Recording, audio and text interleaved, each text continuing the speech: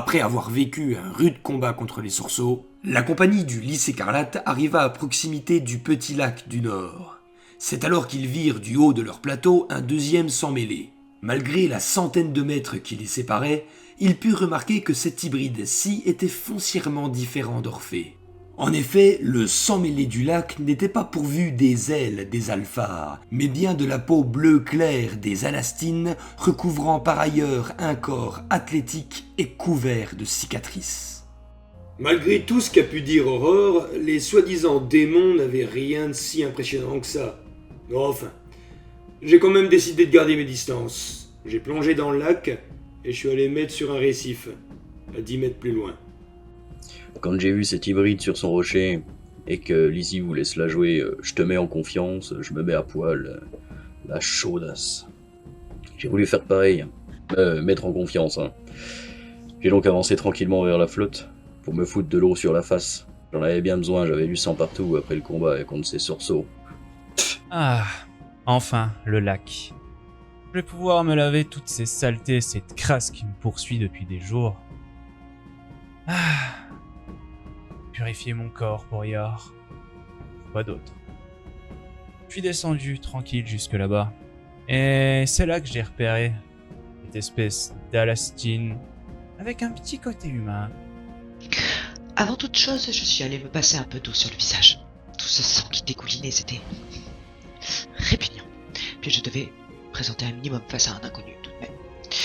Donc je suis allé me rincer le visage. L'homme Alastine, aussi étrange soit-il, m'a totalement laissé faire. C'était un homme très cordial. Les échanges ont commencé. Il était agréable, poli, courtois. Non, je le sentais bien. Et voici une nouvelle aberration. Un fameux méandre, mériandre. Voilà qu'un humain est croisé avec un Alastine. Bon, pour des démons, ils étaient pas démoniaques. Le seul qui faisait un peu peur, c'était celui qui était tout en pierre avec ses yeux qui crachent des flammes.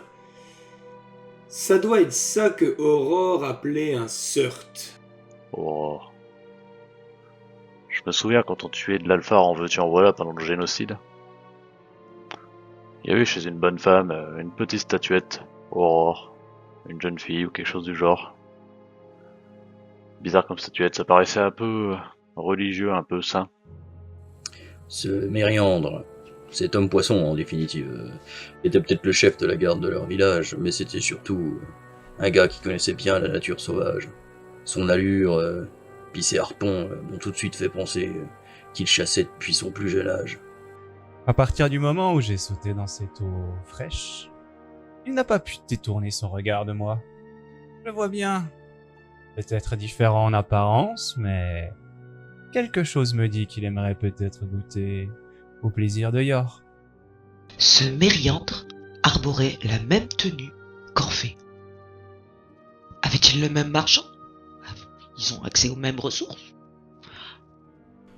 Alors il semble être à la recherche des sangs mêlés. J'ai appris par la suite qu'il s'agissait de mes compagnons et moi. Mais c'est bizarre, les démons des continents ne se sont jamais intéressés à nous auparavant. Il parle. C'est long. Après une discussion avec ce Mérian, il nous a appris qu'il y avait un village de sang mêlé. Mais ce qui a surtout retenu mon attention, c'est qu'il y aurait apparemment parmi eux une élémentaliste qui protégerait leur village. Comme il me paraissait pas si hostile que ça, j'ai décidé de me porter garant d'eux envers Alix et Cassandra. Enfin, ça c'est à condition qu'ils passent la brume de protection de Solène. Cette brume autour de leur village m'inquiète un peu, surtout pour Arik. Et oui, la brume c'est de l'eau, et Arik il aime pas vraiment l'eau. À peine on apprend son existence qu'elle nous met déjà des bâtons dans les roues, cette élémentaliste nommée Solène. J'espère qu'elle est pas trop puissante. J'aime pas trop la magie, et je suis sûr que les autres sont du même avis. Alors c'est dénommé Alix et Cassandra. Alix et Cassandra, deux femmes, seraient les dirigeantes de leur communauté. Et ils les appelleraient les guides. Ces sans-mêlés sont vraiment très étranges. D'après les dires de Mériandre, il y aurait tout un village implanté sur cette île vierge.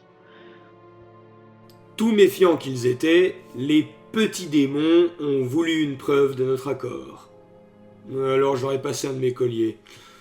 J'en ai tellement que ça m'importe peu.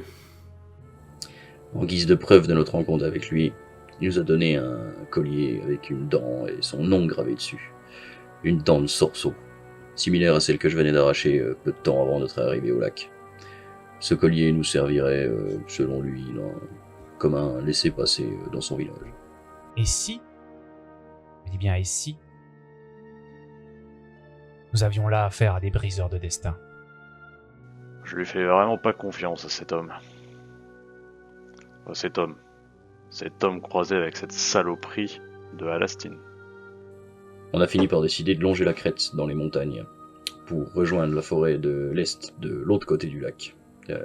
Le surf ne pouvant pas traverser, ça nous permettra d'être en hauteur pour observer et de retourner rapidement dans la forêt où il y a des ressources. Nous voici donc arrivés tout en haut de la crête. Et rien. Pas de brume, pas de village. Mériandre nous avait pourtant dit que toute une brume gigantesque entourait Tertienne. Et pourtant, rien. Nous aurait-il donc menti? Ah, je suis dégoûté. Mettons-nous à l'abri pour la nuit, reposons-nous et repartons demain, de grâce.